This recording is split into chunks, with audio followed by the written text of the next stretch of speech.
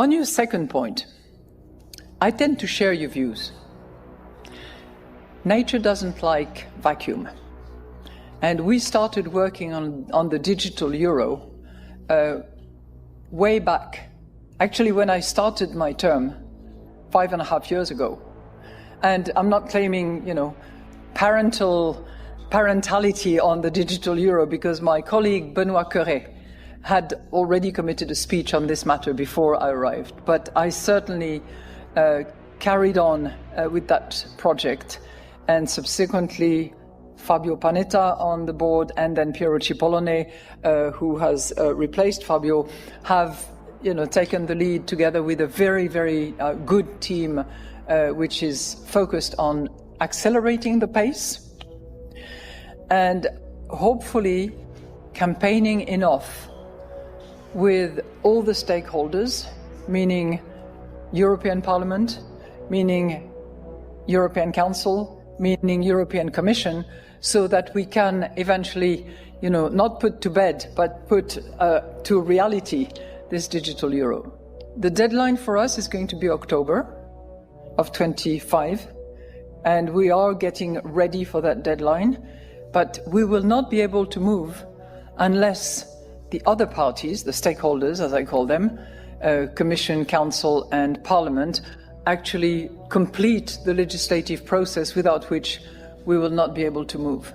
And I think it is critically important, and it seems to the agnostic or the skeptics, it seems to be more relevant and more of an imperative now than ever before, both on the wholesale and on the retail level, both.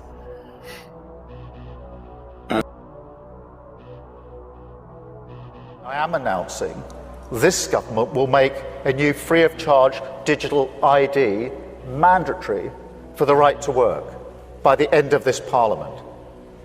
Let me spell that out. You will not be able to work in the United Kingdom if you do not have digital ID. It's as simple as that. Because decent, pragmatic, fair-minded people, they want us to tackle the issues that they see around them. And of course, the truth is, we won't solve our problems if we don't also take on the root causes. For too many years, it's been too easy for people to come here, slip into the shadow economy and remain here illegally. Because, frankly, we've been squeamish about saying things that are clearly true. It's not just that it's not compassionate left-wing politics to rely on labour that exploits foreign workers and undercuts fair wages, but the simple fact that every nation needs to have control over October 2025, the EU will introduce new border checks known as the Entry-Exit System, EES, as a part of its plans to strengthen border security. This is a new digital border system that will change requirements for British and other non-EU citizens travelling to the Schengen area, which encompasses all EU countries except for Cyprus and Ireland. It will also include the non-EU states Iceland, Norway, Switzerland and Liechtenstein. The Entry-Exit System is an automated IT system designed to register non-EU nationals travelling for short stays of up to 90 days in every 180 days. It will be used every time an individual crosses the external borders of any of the following countries. When EES is introduced, you may need to create a digital record on your first visit to the Schengen area at the port or airport on arrival. This will involve submitting your fingerprints, have your photo taken, and your passport scanned at dedicated booths. This new system will be introduced in phases over the first 6 months, and will eventually replace the current system of manually stamping passports when visitors arrive in the EU. You will not need to provide any information before travelling. At the port of Dover, Eurotunnel in Folkestone and Eurostar from St Pancras, EES will be carried out before departure, as is currently the case for border checks. EES may take a few extra minutes to complete, so be prepared to wait during busy times at the border once the system starts. You can check with your travel operator to find out whether EES will affect your journey. Once registered, your digital record will be valid for 3 years. If you enter the Schengen area again during this time, You will only need to provide one biometric, either a photo or a fingerprint, at the border when you enter or exit. For more information, visit gov.uk/entry-exit system.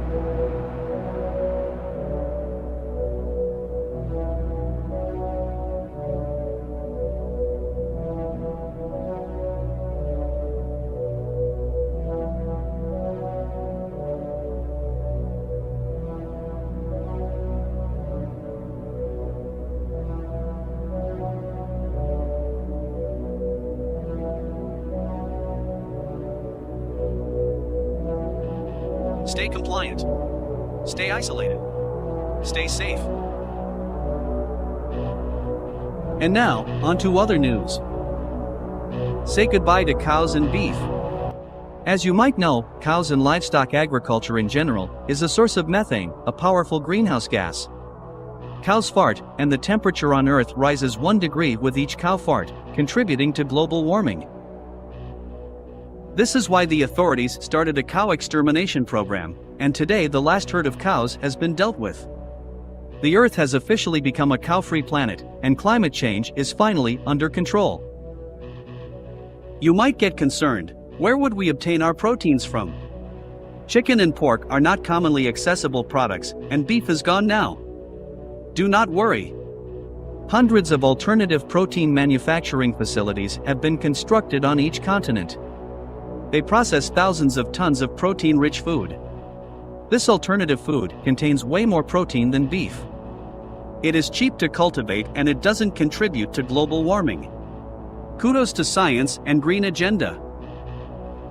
That is all for today. Stay tuned for tomorrow's news.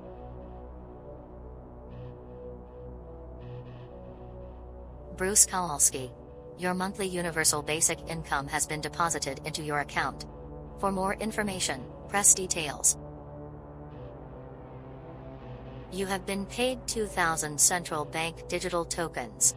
The following fees are being deducted: accommodation fee, food ration fee, recycling fee, clean energy fee, personal greenhouse gas emissions fee, climate change fee, diversity fee. Your current remaining balance is 5 central bank digital tokens, and if not spent, it will expire in 7 days.